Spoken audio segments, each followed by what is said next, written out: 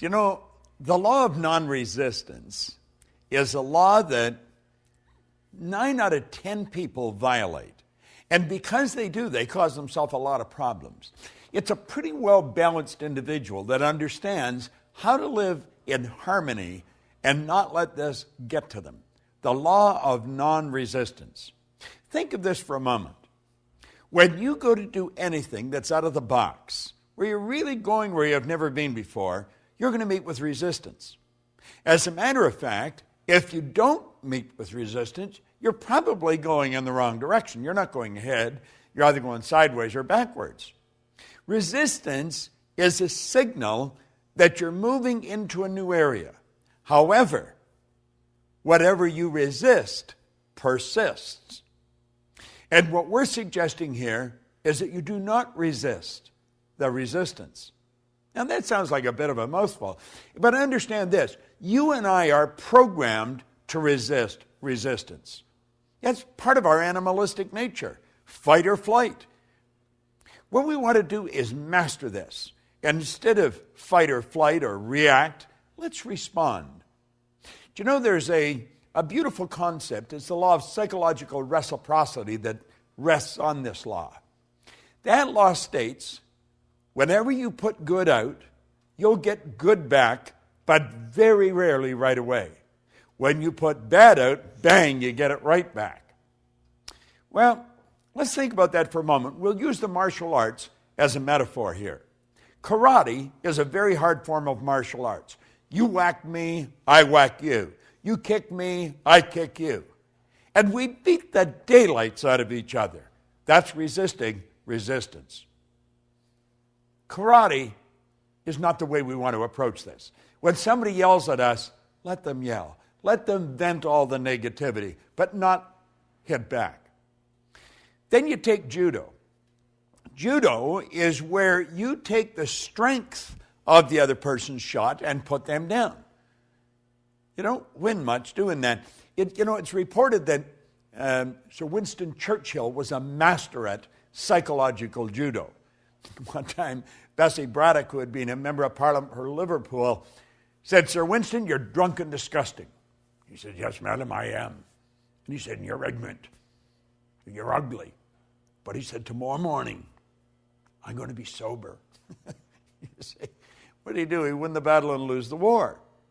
Lady Esther one time said to him, Sir Winston, if I was your wife, I'd put arsenic in your coffee. He said, madam, if I was your husband, I would drink it. Resisted. He loses.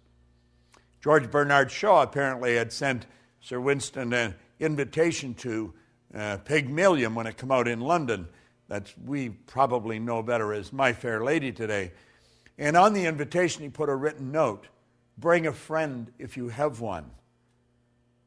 Sir Winston sent him a note back and saying that he was sorry he was tied up opening night, but he said if the play's still running the second night, I'd be glad to come and see it.